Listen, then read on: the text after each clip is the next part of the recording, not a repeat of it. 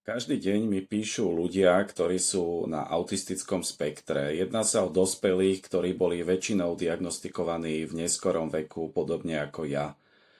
A zaznieva trochu taká výčitka, že zabúda sa na nás. Zabúda sa na tých, ktorí neboli diagnostikovaní ako deti, nebola im poskytnutá adekvátna starostlivosť, pomoc, poradenstvo a boli ako keby hodení do vody života, kedy sa museli pretlkať sami a na začiatku vlastne ani nevedeli, čo je ich problém a prečo sú odlišní od ostatných.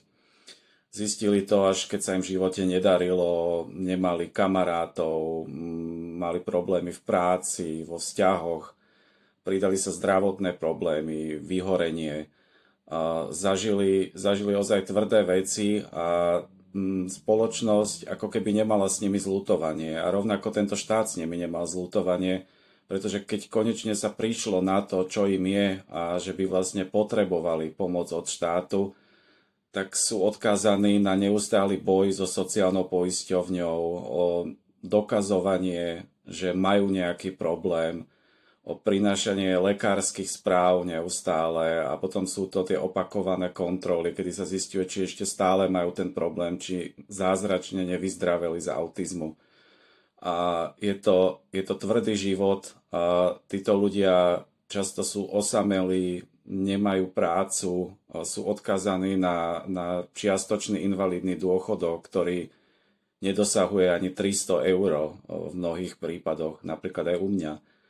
A pripomínajú mi títo ľudia to, že na nich sa ako keby zabudlo, že spoločnosť sa rozpráva o deťoch autistických, ako im pomôcť a je to úplne v poriadku. Akurát my tu máme obrovské množstvo dospelých autistov. Mnohí ani nie sú diagnostikovaní, lebo možno to aj o sebe tušia, ale nemajú chuť do toho ísť. A týmto videom som chcel vlastne apelovať na spoločnosť, aby nezabúdala na dospelých autistov a na to, že sú tu ľudia, ktorí potrebujú pomoc, ktorí potrebujú kamarátov, ktorí potrebujú pochopenie, ale žiaľ, nedostáva sa im ho. A mne takíto ľudia píšu denne a už nie je úplne v mojich kapacitách každému odpísať tak, aby som ja sám bol s tým spokojný. Ale jednoducho ja tiež som na spektre a mám svoje limity a mám pomerne nízku výdrž toho, koľko zvládnem tráviť písaním si. Takže toto je trošku moje také ospravedlnenie, ak s niekým nekomunikujem až tak, ako aby mal pocit, že sa cíti úplne pochopený, tak je to jednoducho preto, že ja sám už nemám síl často na to, aby som suploval prácu terapeutov a odborníkov na duševné zdravie. Takže prosím, nezabúdajme na nás, ktorí sme trochu iní, ale ktorí sme presne rovnakí ľudia ako vy ostatní. Touto cestou by som chcel pripomenúť, že do 21.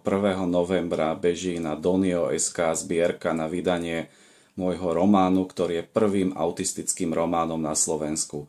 Kniha bude môcť výjsť, iba ak vyzbierame 5000 eur, ktoré zaplatia náklady na tlač, redaktorské práce, ilustrátora, grafika.